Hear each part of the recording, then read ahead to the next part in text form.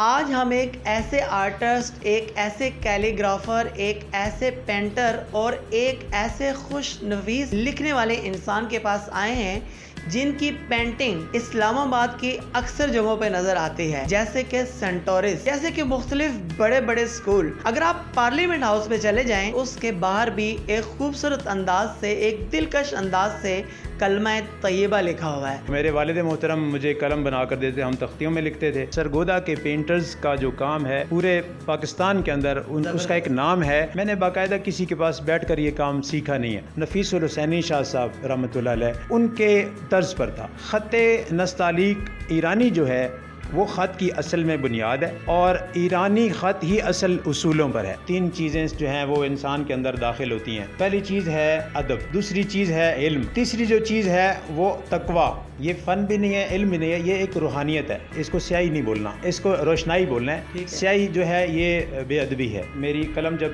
چل رہی ہے تو اس کے اندر وہ لفظوں کے اندر آپ کو ایک لائن نظر آئی ہوگی، وہ جو لائن ہے وہ میری ہارٹ بیٹ ہے۔ ہمارے کام کی طرف صرف وہ لوگ آئیں گے جو اس کام کو سمجھتے ہیں۔ پاکستان میں کیلیگرافرز کی کمی ہے۔ خطاطی کرنے کے لیے، خطاطی سیکھنے کے لیے کوئی آتا ہی نہیں ہمارے پاس۔ ٹرکش والوں نے رومن ٹرکش لکھنا شروع کر دی تھی، آج وہ اپنا رسم الخط بھی بھول گئے۔ میرے والد محترم مجھے قلم بنا کر دیتے، ہم تختیوں میں لکھتے تھے۔ میرے بڑے بھائی جو ہیں وہ اچھے کیلیگرافر تھے، مطلب اچھا لکھنے والے تھے۔ سرگودا کے پینٹرز کا جو کام ہے پورے پاکستان کے اندر اس کا ایک نام ہے، اپنا ہی ان کا انداز ہے سرگودا والوں کا۔ میں نے باقاعدہ کسی کے پاس بیٹھ کر یہ کام سیکھا نہیں ہے، لیکن الحمدللہ میں نے چونکہ ان بڑے اساتذہ کی تقلید میں کام کیا ہے تو یہ نام ہی بہت بڑے تھے، اس لیے میرا کام جو ہے وہ اس کے اندر نکھار آتا گیا۔ پھر میں لاہور چلا گیا، وہاں تو آپ کو پتہ ہے خطاط وہاں تو خطاطی نے جنم وہاں سے لیا ہے، پاکستانی خطاطی میں لاہوری نستعلیق کے اندر شروع میں نے لکھنا شروع کیا۔ میرا خط جو تھا وہ فطرتی طور پر نفیس الحسینی شاہ صاحب رحمۃ اللہ علیہ ان کے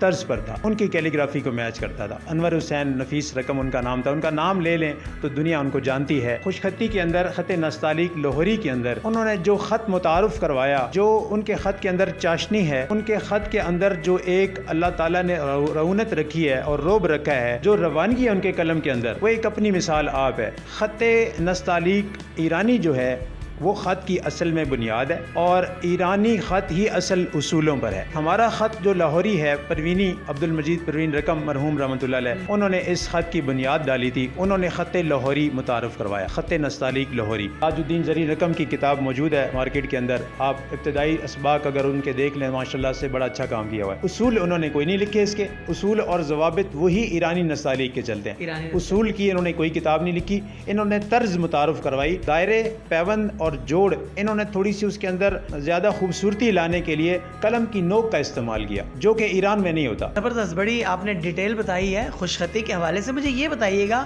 کہ کوئی بچہ یا بڑا خوش خطی سیکھنا چاہے، اس کو مجبوری بھی ہو اور شوق بھی ہو، تو وہ کتنے عرصے میں سیکھ جاتا ہے؟ اس کے لیے عمریں درکار ہیں۔ تین چیزیں جو ہیں وہ انسان کے اندر داخل ہوتی ہیں۔ پہلی چیز ہے ادب، دوسری چیز ہے علم، تیسری جو چیز ہے وہ تقویٰ۔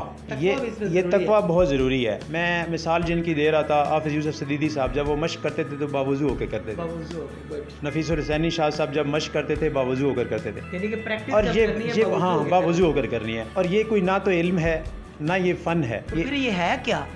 یہ فن بھی نہیں ہے، علم بھی نہیں ہے، یہ ایک روحانیت ہے۔ اچھا، یہ روحانیت ہے، یہ ٹرانسفر ہوتی ہے، یہ سینہ بسینہ چلتی ہے، یہ تو دعا مل جاتی ہے۔ یہ بتائیے کہ وہ جو سینٹورس کی اتنی بڑی دیوار ہے جس کے اندر سے ہاتھی دیوار توڑ کے باہر آ رہا ہے، وہ کتنی بڑی دیوار ہے اور وہ آپ نے کیسے بنا لی، کتنے دنوں میں بنائی؟ وہ 12 فٹ بائی 18 فٹ کی وہ دیوار ہے، ٹھیک ہے، اور نیچے باقاعدہ سٹیئرز لگا کر، وہ سیڑھی لگا کر ڈرائنگ ہم فری ہینڈ کر لیتے ہیں۔ نیچے کھڑے ہو کے اس کا طریقہ یہ ہوتا ہے کہ چھڑی ایک بڑی سی لے کر اس کے آگے چاک یا کوئی پینسل باندھ لیتے ہیں، نیچے کھڑے ہو کے اس کو ڈرا کر لیتے ہیں پورا۔ ایسا لگتا ہے کہ جیسے ہاتھی نے ابھی ابھی دیوار توڑی ہے اور یہ ہماری طرف آ رہا ہے، اب کیا ہوگا، جو ہوگا ہاتھی نہیں کرنا ہے۔ اچھا مجھے یہ بتائیے گا، یہ کیلیگرافی اور پینٹنگ میں کیا فرق ہے؟ کیلیگرافی یہ اسلامی ثقافت کا ایک بہت بڑا حصہ ہے۔ پہلے زمانے میں کیلیگرافی کا میڈیم جو تھا یہ صرف روشنائی، اس کو سیاہی نہیں بولنا، اس کو روشنائی بولنا ہے۔ سیاہی جو ہے یہ بے ادبی ہے۔ یہ کیلیگرافی کی اس دنیا کے اندر بے ادبی ہے، توہین ہے. تو اس لیے اس کا تعلق چونکہ روحانیت کے ساتھ ہے، اور روحانیت کے ساتھ ساتھ آپ کے جسم کے اوپر بھی یہ ٹوٹلی طور پر اپلائی ہوتی ہے. جب آپ لکھ رہے ہوتے ہیں، میں جب لکھ رہا تھا تو آپ نے دیکھا ہوگا میری قلم جب چل رہی ہے تو اس کے اندر، وہ لفظوں کے اندر آپ کو ایک لائن نظر آئی ہوگی. وہ جو لائن ہے وہ میری ہارٹ بیٹ ہے، وہ جو میرے ہاتھ کے اندر ٹرانسفر ہو کر وہ قلم کے اندر آ گئی، اور قلم نے جو ہے اس کو کرتاس کے اوپر اتار دیا. وہ میری، جب آپ MRI کرواتے ہو تو اسکرین پر جو وہ چل رہی ہوتی ہے، یہ وہی چیز ہے. آپ اس کو زوم کر کے دیکھیں تو یہ میرا ہارٹ بیٹ ہے جو چل رہا ہے، یہ ہارٹ بیٹ ہے. ہمارے کام کی طرف صرف وہ لوگ آئیں گے جو اس کام کو سمجھتے ہیں. پاکستان کے اندر نہ ہی اسکولوں کے اندر خوش خطی سکھائی جاتی ہے، نہ ہی کالجز کے اندر سکھائی جاتی ہے، نہ ہی یونیورسٹی لیول میں تو خوش خطی سکھانے کا کوئی سوال ہی نہیں پیدا ہوتا. تو آپ نہیں سمجھتے کہ ہر اسکول کے اندر خوش خطی کا کوئی ٹیچر ہونا چاہیے؟ بہت کوشش کی ہے، ہماری بدقسمتی ہے کہ ہم اس میں کامیاب نہیں ہو سکے. ہم نے اسمبلی فلور پر بھی یہ بات چلائی ہے، پارلیمنٹ ہاؤس کے اندر بھی ہم نے یہ بات چلائی ہے. ایون کہ ہم نے جو ایجوکیشن منسٹرز ہیں ان کو بھی راضی کر لیا تھا کہ ٹھیک ہے، کیلیگرافر ہونا چاہیے. اسلام آباد کے اندر 10,000 اگر اسکول ہے تو ہمارے پاس 10,000 کیلیگرافر نہیں ہے. پاکستان میں کیلیگرافرز کی کمی ہے. خطاطی کرنے کے لیے، خطاطی سیکھنے کے لیے کوئی آتا ہی نہیں ہمارے پاس. کسی کو پرواہ ہی نہیں ہے کہ ہمارا خط ناپید ہو رہا ہے. ہمارے ساتھ وہی حال ہونے والا جو ترکی کے ساتھ ہوا تھا. ٹرکش لینگویج تھی، اس کو رومن میں لکھنا شروع کر دیا ان لوگوں نے نا. ٹرکش والوں نے رومن ٹرکش لکھنا شروع کر دی تھی. آج وہ اپنا رسم الخط بھی بھول گئے. یہ ترکی زبان پہلے عربی رسم الخط میں لکھی جاتی اور عربی میں لکھی جاتی تھی. اب آج ترکی زبان نہ آپ پڑھ سکتے ہیں نہ وہ خود پڑھ سکتے ہیں. ناظرین گرامی، یہ تھے ڈاکٹر عامر نذیر رانجھا صاحب کہ جب وہ یہ پینٹنگ کرتے ہیں تو یقین کیجئے اس کے اندر رنگ ڈالتے ہیں تو وہ رنگ جب ڈالتے ہیں تو اس رنگ میں جان ڈال جاتی ہے اور روح خوش ہو جاتی ہے. اور جب یہ لکھتے ہیں تو ایسے زبردست قسم کے لکھاری ہیں کہ لوگ وہ لکھائی دیکھنے کے لیے رک جایا کرتے ہیں، کھڑے ہو جایا کرتے ہیں. ناظرین گرامی، جس ایریا کے اندر یہ رہ رہے ہیں، اس ایریا کے بچے عموماً ان کے پاس آتے ہیں اور ان سے ایک لائن لکھوا کر لے جاتے ہیں، پھر اس کے اوپر پریکٹس کیا کرتے ہیں. انتہائی کلاکار قسم کے انسان ہیں. اگر آپ کو راولپنڈی اسلام آباد کے اندر کوئی پینٹنگ پسند آ جائے تو یقین کیجئے کہ قریب جا کے آپ دیکھیے گا اس کے نیچے ضرور لکھا ہوگا عامر نذیر رانجھا.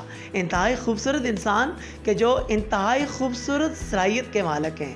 اگر آپ کو ڈاکٹر عامر نذیر رانجھا صاحب کے حوالے سے کسی بھی قسم کا کوئی سوال پوچھنا ہو تو ہمیں کومنٹ کیجئے. انشاءاللہ تعالی ہم ان سے آپ کا سوال پوچھیں گے اور آپ کو دیں گے جواب. پاکستان سٹوریز سے آپ نے ہوسٹ جواد ظہیر عباسی کو دیجیے اجازت. اللہ حافظ.